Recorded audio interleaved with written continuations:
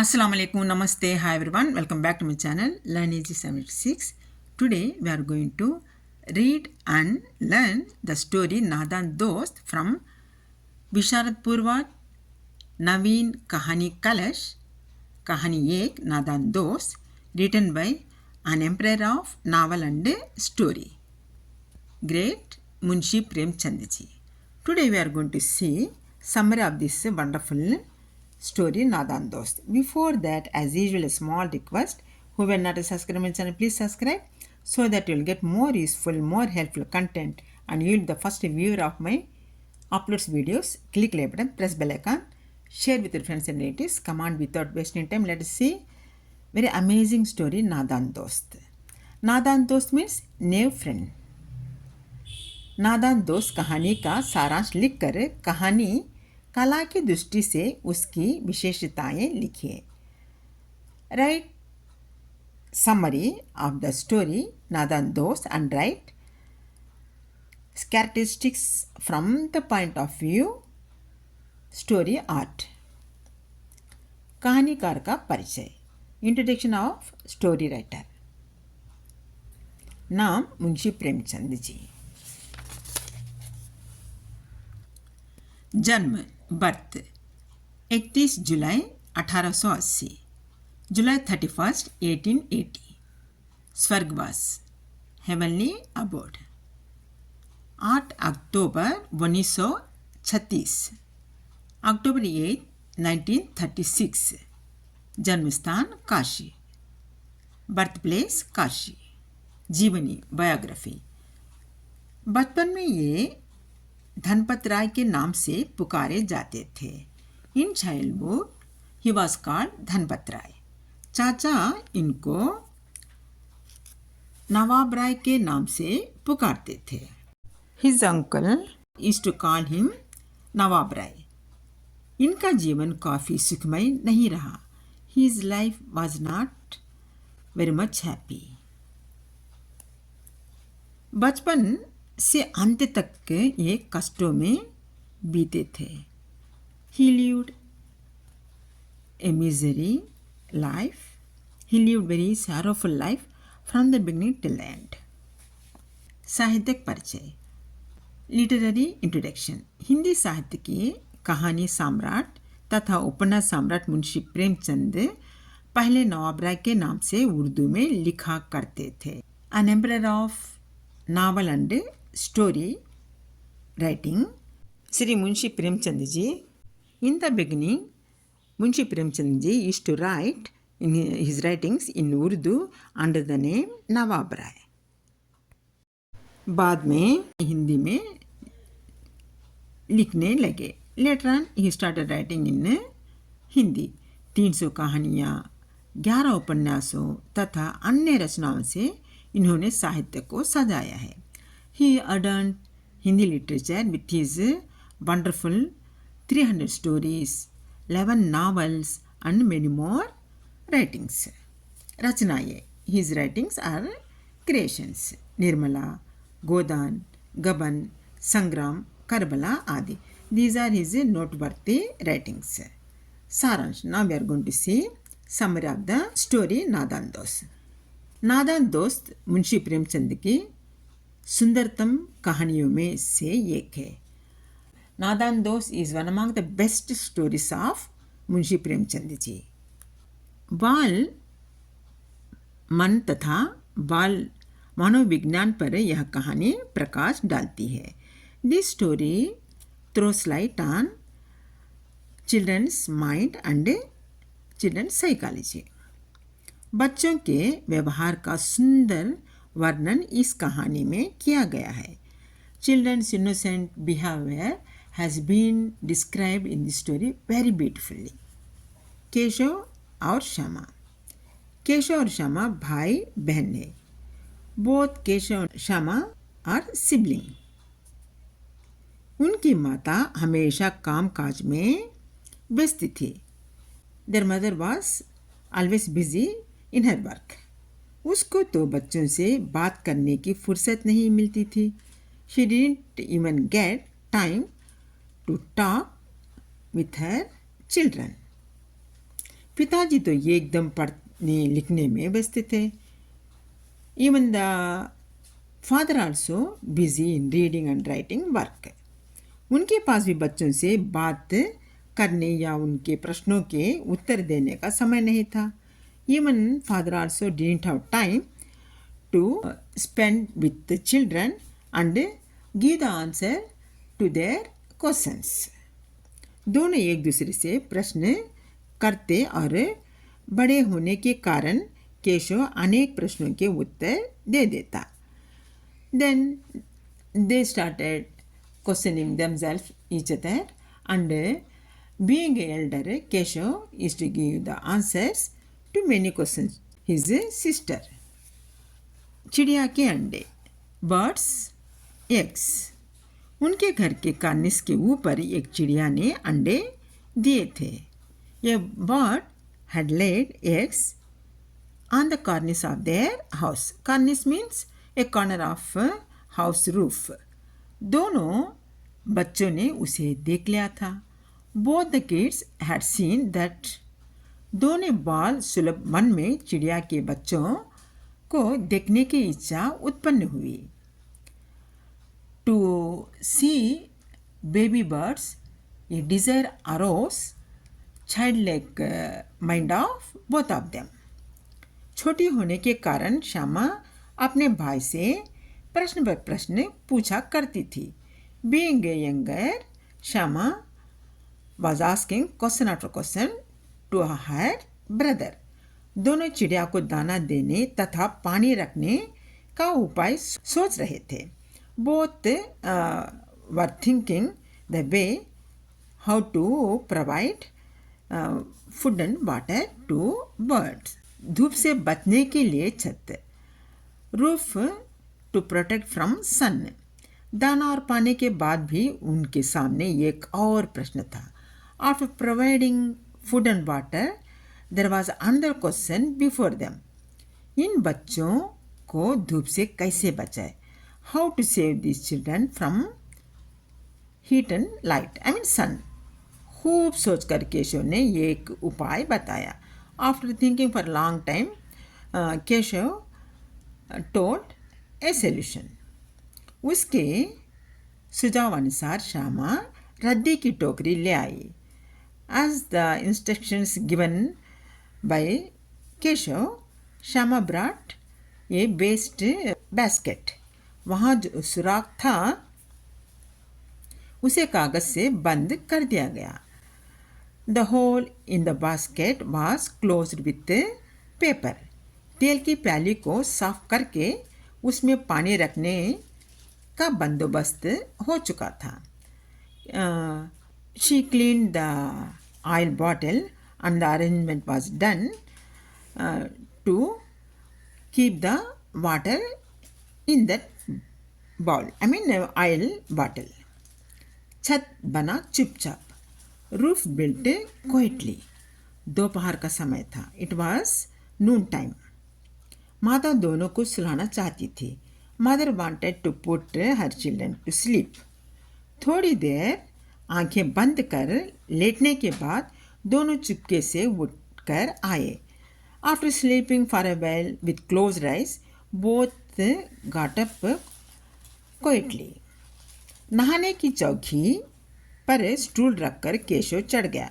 नहाने की चौकी means a small square shape bathing table. On that he placed one stool and climbed over stool. Shyama stool पकड़कर खड़ी रही. Shyama stood holding that stool. इसको देखते ही दोनों पक्षी उड़ गए. As soon as birds noticed Keshav, they flew away. Keshav ने 3 अंडे देखे. केशव साथ 3 eggs. श्यामा अंडे को देखना चाहती थी. Shyama wanted to see the eggs. अंडे को आराम से रखने के लिए केशव ने धोती का कपड़ा रखा और अंडे उस पर रख दिया. To keep the eggs comfortably, Keshav placed dhoti cloth and kept the eggs on the dhoti cloth. Keshav ने अपना काम सफलता से पूर्ति किया। Keshav finished his work successfully. Shyama अंडे देखना चाहती थी। Shyama wanted to see the eggs, लेकिन उसे चढ़ने से केशव मना कर दिया था। But Keshav stopped her. माता के डांटने पर दोनों सुने गए। When mother shouted at them, both went to sleep. अंडा टूटा, सपना फूटा। Egg broke and dream shattered. थोड़ी देर सोने के बाद श्यामा जब वहाँ आई। After sleeping for a while, Shyama came over there. Cornish पर रद्दी की टोकरी नहीं थी। There was no waste basket which they placed on the cornice. वहाँ अंडे नीचे पड़े थे and the eggs were lying on the ground. दौड़कर केशव वहाँ पहुँचा। Keshav reached running there. Shyama उसे पूछ रही थी क्या बच्चे बाहर उड़ गए। Shyama was asking if the kids flew away. Keshav बता रहा था कि अभी बच्चे नहीं होंगे। Keshav was telling there would be no kids. अंडे टूट गए। eggs broken. तभी माई by the time their mother reached there came. Shyama उसे घटनाओं बताने लगी। Then Shyama started narrating the incident what is happened with them. माँ ने केशव को समझा। Then mother explained केशव, पक्षी के अंडे पर हाथ रखने की क्या ज़रूरत थी? What was need to place the hand on the bird's eggs? मनुष्य के हाथ पड़ने पर पक्षी अपने अंडे को नीचे गिराकर चले गए। Seeing the man's hand on the eggs, birds thrown away their eggs and went away. Keshav ने कहा, मैंने तो अंडे तो कपड़े पर ही रखा था। Keshav told that I kept the eggs on the cloth itself. माँ हंसने लगी। Mother started laughing. उस दिन के बाद दोनों पक्षी नहीं आए। That was the last day. Since then, birds didn't return to their home. विशेषता स्पेशलिटी कथा वस्तु स्टोरी लाइन और द स्टोरी प्लॉट। मनुष्य के जीवन में बचपन का स्थान महत्वपूर्ण है। In the man's life childhood is the best very important stage. बचपन में अनेक मनमोहक कार्य बच्चों से किया जाते हैं। Many fascinating activities have been done by the children. बच्चों के मन में पशु पक्षियों को पालने का अथाह प्यार रहता है। Even the kids have very much love and passion to rear birds and animals in the home. उनकी नादानी से वे अपने नादान दोस्त को खोते हैं। Due to their innocence behaviour they lose their innocent friends. यही इस कहानी का कथावश है। This is only the story line of the story Nadan Dost. कथोपकथन dialogues. कथोपकथन कहानी को रुचिकर बनाने में काम आया है। Dialogues made the story more interesting. पात्रों के विचारों को सही तरह व्यक्त करने में कथोपकथन बहुत ही सफल सिद्ध हुआ है। Dialogues had proved perfectly in expressing the feelings and thoughts of the characters. For example उदाहरण, और गिर पड़ती तो चार सर ना हो जाते। If he had fallen forehead would have not happened. उद्देश्य नाउ इंटेंशन पर्पस। बच्चों की नादानी तथा उनके कार्यकलापों पर प्रकाश डालना ही इस कहानी का उद्देश्य। The main intention of the story is to throw light on children's mind children's innocent behavior and their activities, childhood activities. अपने उद्देश्य की पूर्ति में कहानीकार को पूर्ण रूप से सफलता प्राप्त हुई. Story writer achieved complete total success in his intention, in his purpose. भाषा और शैली, language and style. Munshi Premchand की भाषा की अपनी अलग विशेषता है. Munshi Premchand style and language has very special distinctive qualities. भाषा वातावरण के अनुकूल रहने के साथ पात्र का भी अनुकूल है. Language is not only suitable to the environment but also suitable to the characters. कहानी को रुचिकर बनाने में भाषा और शैली का काम सराहनीय है. The work of language and style is very admirable to make the story more interesting. शीर्षक means title. नादान दोस्त नामक इस कहानी के लिए यही शीर्षक सर्वोचित है. टू द स्टोरी नादान दोस्त title is very suitable title for this story. Keshav और श्यामा दोनों बच्चे अपनी नादानी के कारण चिड़िया के अंडे को नष्ट कर देते हैं. Keshav and Shyama both kids due to their innocence they lose their innocent friend. नादान दोस्त को वे देख नहीं पाते. Even they can't see their innocent friend. इसलिए इस कहानी के लिए यही शीर्षक सर्वोचित है. So only henceforth this title is very perfect title to the story Nadan Dost. पात्र एवं चरित्र चित्रण, कैरेक्टर एंड कैरेक्टर स्केच. नादान दोस्त कहानी में दो प्रधान पात्र हैं. इन द स्टोरी नादान दोस्त there are two main characters, Keshav और श्यामा. केशव एंड श्यामा. बाल सुलभ क्रीड़ाओं से युक्त दोनों पात्रों का चित्रण उचित रूप से किया गया है. Both the characters have been described beautifully with their childlike activities. वातावरण means atmosphere.